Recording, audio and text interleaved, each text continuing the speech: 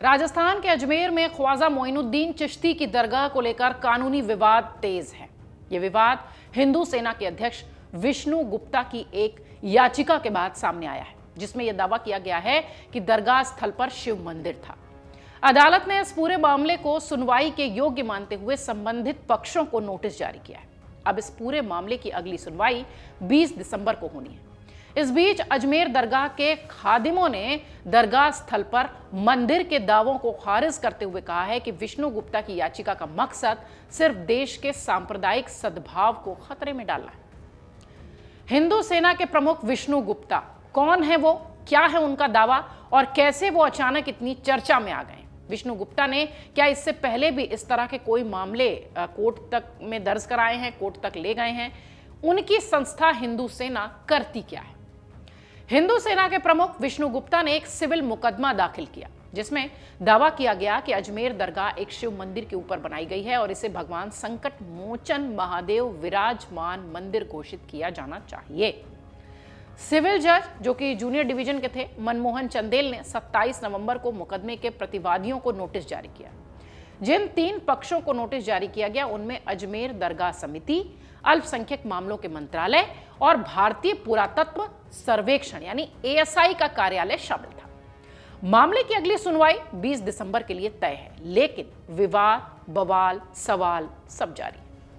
हिंदू सेना के अध्यक्ष विष्णु गुप्ता ने अधिवक्ता शशि रंजन कुमार सिंह के जरिए दरगाह समिति को परिसर से हटाने की मांग करते हुए यह मुकदमा दाखिल किया। इसमें भारतीय पुरातत्व सर्वेक्षण यानी एएसआई को दरगाह का सर्वेक्षण करने के निर्देश देने की मांग की गई है।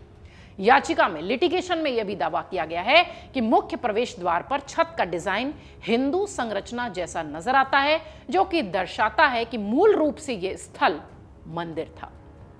विष्णु गुप्ता ने अपनी याचिका में तर्क दिया कि ऐसा कोई रिकॉर्ड नहीं है जो यह दर्शाता हो कि अजमेर दरगाह खाली जमीन पर बनाई गई थी, जिसके बजाय ऐतिहासिक विवरण बताते हैं कि इस स्थल पर महादेव मंदिर और जैन मंदिर थे, जहां हिंदू भक्त अपने देवताओं की पूजा करते थे। इसलिए मुकदमे में केंद्र सरकार को विवादित संपत्ति के स्थल पर भगवान संकट मोचन महादेव मंदिर के पुनर्निर्माण के निर्देश देने की मांग हुई है।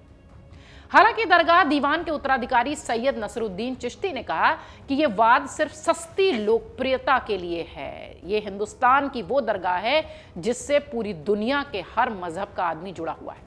हर मजहब के आदमी की आस्था इस दरगाह में है। इस दरगाह की तारीख कोई 100-200 साल पुरानी नहीं है, लगभग 850 साल पुरानी है। सैयद नसरुद्दीन चिश्ती ने कहा कि न्याय प्रक्रिया पर हम लोग नजर लगाए हुए हैं। हम अपने वकीलों से राय ले रहे हैं।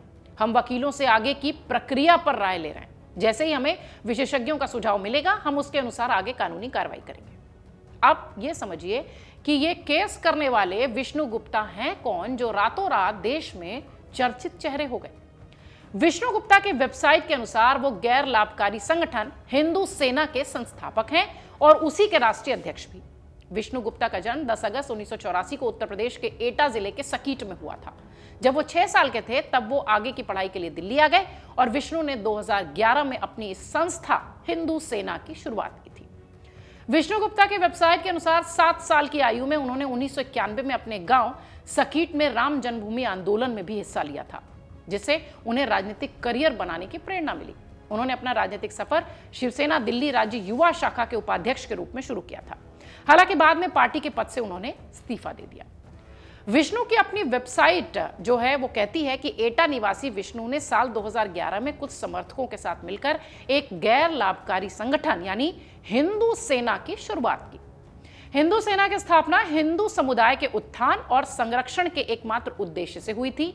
आज अगर देखिए तो यह संगठन उनकी वेबसाइट के अनुसार यह कहता है कि दिल्ली, पंजाब, हरियाणा, राजस्थान, उत्तर प्रदेश, गुजरात, मध्य प्रदेश, झारखंड, असम, पश्चिम बंगाल सहित कई राज्यों में एक्टिव है। यह उनकी वेबसाइट बताती है।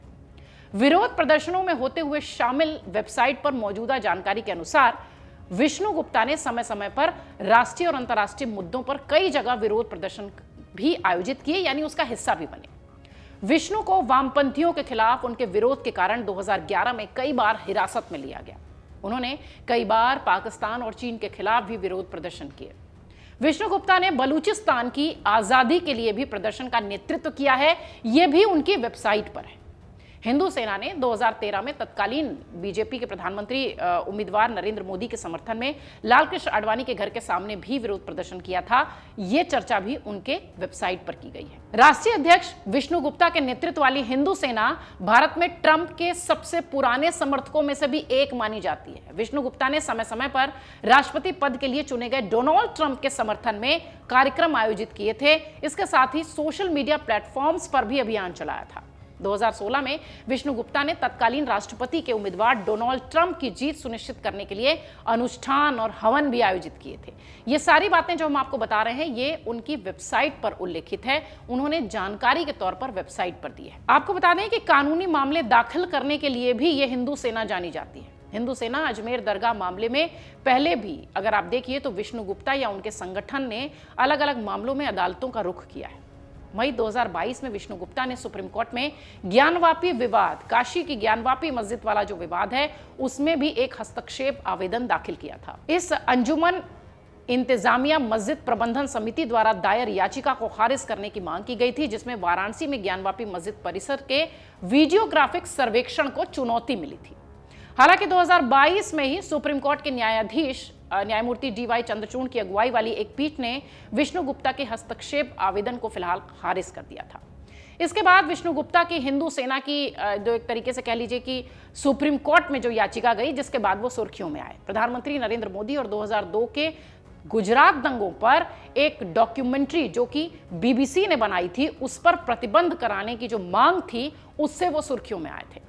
हालांकि फरवरी 2023 में जस्टिस संजीव खन्ना और MM सुदेरेश की सुप्रीम कोर्ट बेंच ने हिंदू सेना की इस याचिका को भी खारिज कर दिया था।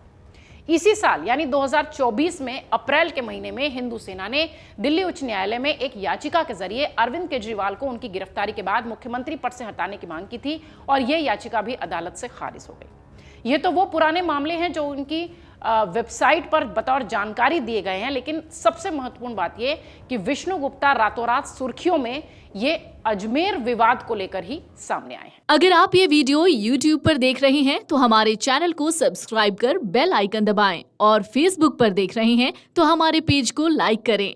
8 मिलियन प्लस सब्सक्राइबर, आपके इस भरोसे के लिए बहुत धन्यवाद।